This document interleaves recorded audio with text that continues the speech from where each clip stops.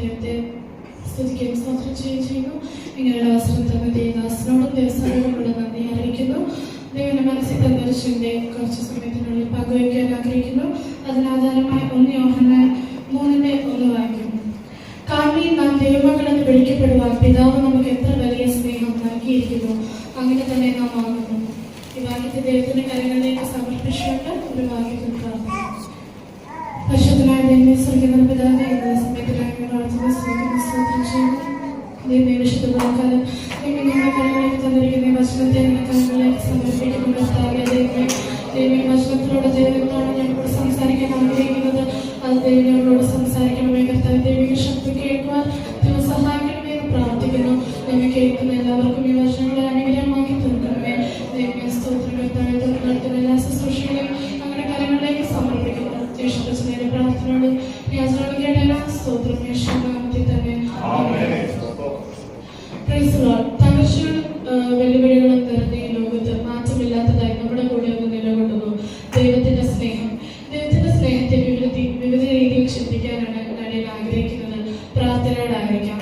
ദൈവത്തിന്റെ സ്നേഹത്തെ പറ്റി നാം വാക്യത്തിൽ നാം കാണുന്നു. അതൊരു വലിയ സ്നേഹമാണ്.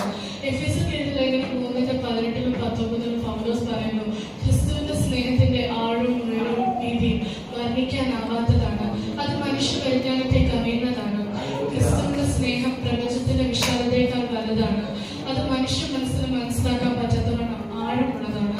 നമ്മുടെ ജീവിതത്തിൽ കടന്നു വരുന്ന പല മനുഷ്യരും ഒരുപക്ഷെ നമ്മുടെ കയ്യിൽ എന്തെങ്കിലും തിരിച്ചു പ്രതീക്ഷയായിരിക്കും നമ്മെ സ്നേഹിക്കുന്നത്. അതവർക്ക് കിട്ടിയില്ലെങ്കിൽ പക്ഷെ നമ്മളെ വിട്ടുപോയെന്ന് വരാം. പക്ഷെ ദൈവത്തിന്റെ സ്നേഹം അങ്ങനെയല്ല. ദൈവത്തിന്റെ സ്നേഹം നിരുപാധികമായ സ്നേഹമാണ്.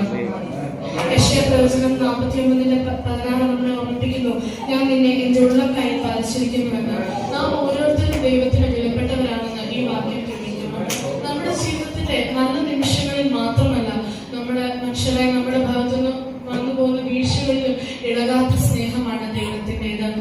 റോമർ 5:8 നമ്മോട് പറയുന്നു, ക്രിസ്തുവോ നാം പാപികളായിരിക്കുമ്പോൾ തന്നെ നമുക്ക് വേണ്ടി മരിക്കാൻ ദൈവം തനിക്ക് നമ്മോടുള്ള സ്നേഹത്തെ പ്രദർശിപ്പിച്ചിരിക്കുന്നു എന്നാണ്. ഇതിൽ നമുക്ക് കാണാൻ കഴിയും, നമ്മൾ ഒരുപക്ഷെ നമ്മുടെ ജീവിതത്തിൽ അറിയാതെ ദൈവഹിതമല്ലാത്തൊരു തീരുമാനം എടുത്തെന്ന് വരാം, അറിയാതെങ്കിലും മറ്റൊരാളെ വേദനിപ്പിച്ചെന്ന് വരാം, ഒരുപക്ഷെ ദൈവത്തിൽ നിന്ന് അകന്നു പോയെന്ന് വരാം. പക്ഷെ ആ തെറ്റുകളൊക്കെ മനസ്സിലാക്കി അതിനെ ഏറ്റുപറഞ്ഞ് ഉപേക്ഷിച്ച് ദൈവത്തിന്റെ സന്നിധിയിലേക്ക് ചെന്നാൽ നമ്മെ ഏറ്റുകയറ്റി സ്വീകരിക്കാൻ തയ്യാറാണ് ദൈവം. നമ്മുടെ ഭാഗത്തുനിന്ന് വരുന്ന തെറ്റുകളിൽ ഇടകാത്ത സ്നേഹമാണ് ദൈവത്തിന്റെ. ദൈവസ്നേഹത്തിന്റെ ഒരു ചിത്രമാണ് ധൂർത്തപുത്രന്റെ ഉപമയിലെ ആ പിതാവ്. അശ്രദ്ധമായ ജീവിത ശൈലി കൊണ്ട് തനിക്കുള്ളതെല്ലാം കളഞ്ഞ് ഒരുപാട് പാപങ്ങൾ ചെയ്ത ഒരു പുത്രനെ നമുക്ക് അതിൽ കാണാൻ കഴിയും. പക്ഷെ ആ പാപങ്ങളൊക്കെ മനസ്സിലാക്കി അതിനെ ഏറ്റു പറഞ്ഞ ആ പാപത്തെ ഉപേക്ഷിച്ച് ആ പിതാവിന്റെ സന്നിധിയിലേക്ക് ചെല്ലുമ്പോൾ തന്നെ തള്ളിപ്പറയുകയോ കുറ്റപ്പെടുത്തുകയോ ചെയ്യുന്ന ഒരു പിതാവിനെ അല്ല നാം കാണുന്നത്, മറിച്ച് തന്നെ തിരിച്ചുവരവ് ആഘോഷിക്കുന്ന ഒരു പിതാവിനെയാണ്. അതുപോലെയാണ് നമ്മുടെ സ്വർഗീയ പിതാവ്. നമ്മുടെ തകർച്ചയിൽ ദൈവം നമ്മെ കണ്ടുമുട്ടുന്നു, നമ്മുടെ കുറ്റബോധങ്ങളെ ഉയർത്തി നമുക്കൊരു പുതിയ തുടക്കം നൽകുന്നു. ദൈവത്തിന്റെ സ്നേഹം നമ്മെ തന്നെ സ്നേഹിക്കാൻ സഹായിക്കുന്നു. സങ്കീർത്തനങ്ങൾ 139:14 പറയുന്നു, ഭയങ്കരവും അതിശയവുമായി എന്നെ സൃഷ്ടിച്ചിരിക്കാൻ ഞാൻ നിനക്ക് സ്തോത്രം ചെയ്യുന്നുവെന്ന്. ഈ കാലഘട്ടത്തിൽ ആത്മസംശയം മറ്റുള്ളവരുമായിട്ട് നമ്മെ തന്നെ താരതമ്യം ചെയ്യുന്നതൊക്കെ വളരെ നോർമലായ ഒരു കാലഘട്ടമാണ്. കുട്ടികൾ മുതൽ മുതിർന്നവർ വരെ തങ്ങളെ തന്നെ മറ്റുള്ളവരുമായി താരതമ്യം ചെയ്യുകയും തങ്ങളെ തന്നെ വെറുക്കുകയും തങ്ങളെ തന്നെ സംശയിക്കുകയും ചെയ്യുന്ന ഒരു കാലഘട്ടമാണ്. പക്ഷെ ദൈവവചനം നമ്മോട് പറയുന്നു, നമ്മെ ഭയങ്കരവും അതിശയമായി ദൈവം നമ്മെ സൃഷ്ടിച്ചിരിക്കുന്നതാണ്. ദൈവം നമ്മെ സൃഷ്ടിച്ചത് നമ്മുടെ സ്വന്തം സ്വരൂപത്തിലാണ്. നാം നമ്മെ തന്നെ ദുഷിച്ചാൽ നമ്മുടെ സൃഷ്ടാവിനെ ദുഷിക്കുന്നത് പോലെയാണ്. ദൈവത്തിന്റെ പ്രതിഫലനമായി നാം നമ്മുടെ ജീവിതത്തിലൂടെ മാറണം. ദൈവത്തിന്റെ സ്നേഹം മൂലം നമ്മെ തന്നെ സ്നേഹിക്കാൻ നമുക്കാവട്ടെ. ദൈവത്തിന്റെ സ്നേഹത്തിന്റെ ഏറ്റവും ശക്തമായ പ്രദർശനം അത് ക്രൂശിലാണ്. ക്രൂശിൽ അവസാനത്തുള്ള രക്തവും പാപികൾക്ക് വേണ്ടി ഊറ്റിത്തന്ന ആ പുത്രന്റെ സ്നേഹം, തന്റെ ഏകജാതനായ പുത്രനെ ലോകത്തിന് വേണ്ടി നൽകാൻ കാണിച്ച പിതാവിന്റെ സ്നേഹം എത്ര അതുല്യമാണ് പ്രിയരെ. ആ സ്നേഹം വാക്കുകൾ കൊണ്ട് വർണ്ണിക്കാനാവുന്നതല്ല. റോമർ 5:8 വീണ്ടും എടുത്തു കാണിക്കുന്നു, ദൈവം തനിക്ക് നമ്മോടുള്ള സ്നേഹത്തെ പ്രദർശിപ്പിച്ചിരിക്കുന്നുവെന്ന്. ദൈവത്തിന്റെ സ്നേഹം വാക്കുകളിലൂടെയല്ല, അത് പ്രവൃത്തികളിലൂടെയാണെന്ന് ഇത് തെളിയിക്കുന്നു. പ്രതീകം എന്നതിനേക്കാൾ സ്നേഹത്തിന്റെയും ത്യാഗത്തിന്റെയും പ്രവൃത്തിയാണ്. ഇത്ര ശക്തമായ സ്നേഹം നാം പൂർണ്ണമായി അനുഭവിക്കുമ്പോൾ അത് നമ്മെ മാറ്റിയെടുക്കും. അതെ, ദൈവത്തിന്റെ സ്നേഹം നമ്മെ രൂപാന്തരപ്പെടുത്തുന്നു. ദൈവത്തിന്റെ സ്നേഹം പൂർണ്ണമായി നാം അനുഭവിക്കുമ്പോൾ നമ്മുടെ മനസ്സിനെ പുതുക്കി മറ്റുള്ളവരെ നിസ്വാർത്ഥമായി സ്നേഹിക്കാൻ അത് നമ്മെ സഹായിക്കുന്നു.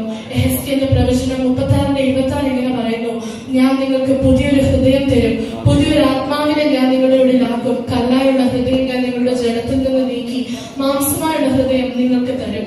ലോകത്തോടുള്ള ദൈവസ്നേഹത്തിന്റെ പ്രതിഫലനമായി നാം മാറണം. എന്നാൽ ഈ രൂപാന്തരം നമുക്ക് മാത്രമുള്ളതാണോ? അല്ല, അത് മറ്റുള്ളവരിലേക്ക് പങ്കുവെക്കുവാൻ ദൈവം നമ്മെ വിളിക്കുന്നു. ദൈവത്തിന്റെ സ്നേഹവും നമ്മുടെ ദൗത്യവും. ദൈവത്തിന്റെ സ്നേഹം പൂർണ്ണമായി നാം അനുഭവിക്കുമ്പോൾ മറ്റുള്ളവരിലേക്ക് പങ്കുവെക്കുവാൻ നാം സ്വയം പ്രേരിതരാകുന്നു. മത്തായിയുടെ സുവിശേഷം 28:19 യേശു നമ്മോട് പറയുന്നു, സകല ജാതികളെ ശിഷ്യരാക്കിക്കൊള്ളുവീനെന്ന്. ഈ സ്നേഹം പഠിപ്പിക്കുകയോ പ്രസംഗിക്കുകയോ ചെയ്യണമെന്നല്ല, നമ്മുടെ ജീവിതത്തിലൂടെ നമ്മുടെ പ്രവൃത്തിയിലൂടെ ഈ സ്നേഹത്തെ പ്രതിഫലിപ്പിക്കണം. മറ്റുള്ളവർ സഹായം വേണ്ടിയ ഒരാളെ സഹായിക്കുമ്പോഴും നമ്മളെ മുറിപ്പെടുത്തിയ ആളോട് നമ്മൾ ക്ഷമിക്കുമ്പോഴും ഈ സ്നേഹത്തിന്റെ പ്രതിഫലനങ്ങളായി നാം മാറുന്നു. മറ്റുള്ളവരുടെ ജീവിതത്തെ ദൈവസ്നേഹം കൊണ്ട് സ്പർശിക്കാൻ നമുക്കാവണം. അസാധാരണമായ ജീവിത നിമിഷങ്ങളിൽ മാത്രമുള്ളതല്ല ദൈവത്തിന്റെ സ്നേഹം. നമ്മുടെ അനുദിന ജീവിതത്തിൽ നമ്മുടെ കൂടെ ഉള്ളതാണ് ദൈവത്തിന്റെ സ്നേഹം. ദൈനംദിന ജീവിതത്തിൽ നാം ദൈവത്തിന്റെ സ്നേഹത്തിൽ ചെയ്യേണ്ട കുറച്ച് കാര്യങ്ങളുണ്ട്. ദാനിയേൽ പ്രവചനം 6-ാം സിംഹക്കൂട്ടിൽ അടയ്ക്കപ്പെട്ട ഒരു ദാനിയേലിനെ നാം കാണുന്നു. അത്രയും സിംഹങ്ങളെ കണ്ട് പേടിച്ച ഒരു ദാനിയേലിനെ അല്ല നാം കാണുന്നത്, മറിച്ച് ദൈവസ്നേഹത്തിൽ വിശ്വസിച്ച ഒരു ദാനിയേലിനെയാണ് നാം കാണുന്നത്.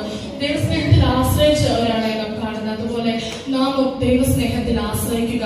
ലൂക്കോസിന്റെ സുവിശേഷം 10-ാം-33 നമുക്കൊരു നല്ല ശമരിയക്കാരനെ കാണാം. ആ വഴിയരികിൽ മുറിപ്പെട്ട മനുഷ്യൻ തന്നെ സഹായിക്കുന്ന പ്രതീക്ഷ ആരും തന്നെ സഹായിച്ചില്ല. പക്ഷെ ഒരു നല്ല ശമരിയക്കാരൻ ഉയർന്നു. ആ നല്ല ശമരിയക്കാരൻ ദൈവത്തിന്റെ സ്നേഹത്തെ തന്റെ പ്രവൃത്തിയിലൂടെ പ്രതിഫലിപ്പിക്കുകയാണ് ചെയ്തത്. അതുപോലെ നാം ദൈവസ്നേഹത്തെ നമ്മുടെ പ്രവൃത്തിയിലൂടെ പ്രതിഫലിപ്പിക്കുക. യോഹന്നാന്റെ സുവിശേഷം 4-ാം നമുക്കൊരു ശമരിയക്കാരിയായ സ്ത്രീയെ കാണാം. യേശുവാണ് ശരിക്കുമുള്ള മെസ്സിയ എന്നറിഞ്ഞ് ആ സ്ത്രീ അത് നാട്ടിലുള്ള എല്ലാവരോടും ആ വർത്തമാനം പറയാൻ ഓടിച്ചെന്നു. അത് രഹസ്യമായി മൂടി വെക്കുകയോ തനിക്ക് വേണ്ടി തന്നെ വെക്കുകയോ ചെയ്തില്ല, മറിച്ച് അത് എല്ലാവരോടും പങ്കുവെക്കാൻ ആ സന്തോഷം ആ ഉത്സാഹം നാം കാണാതെ പോയത്. അതുപോലെ നാം ദൈവസ്നേഹം പങ്കുവെക്കുക. നമ്മുടെ അനുദിന ജീവിതത്തിൽ ദൈവസ്നേഹത്തിൽ ആശ്രയിച്ചുകൊണ്ട് ദൈവസ്നേഹത്തെ നമ്മുടെ പ്രവൃത്തിയിലൂടെ നമ്മുടെ ജീവിതത്തിലൂടെ പ്രതിഫലിപ്പിച്ചുകൊണ്ട് മറ്റുള്ളവരിലേക്ക് പങ്കുവെച്ചുകൊണ്ട് നമുക്ക് നമ്മുടെ ജീവിതം നയിക്കാം. ദൈവസ്നേഹത്തിൽ അന്യോന്യം സ്നേഹിക്കാൻ ദൈവം സഹായിക്കട്ടെ. എനിക്ക് ഈ വേദി ഒരുക്കി തന്ന ദൈവദാസനോടും ദൈവസഭയോടുമുള്ള നന്ദി ഒരിക്കൽ കൂടെ അറിയിച്ചുകൊണ്ട് ഞാൻ എന്റെ വാക്കുകളിൽ വിരമിക്കുന്നു. ദൈവം നമ്മെ ഏവരെയും അനുഗ്രഹിക്കുമാറാകട്ടെ. മാറാനാഥ.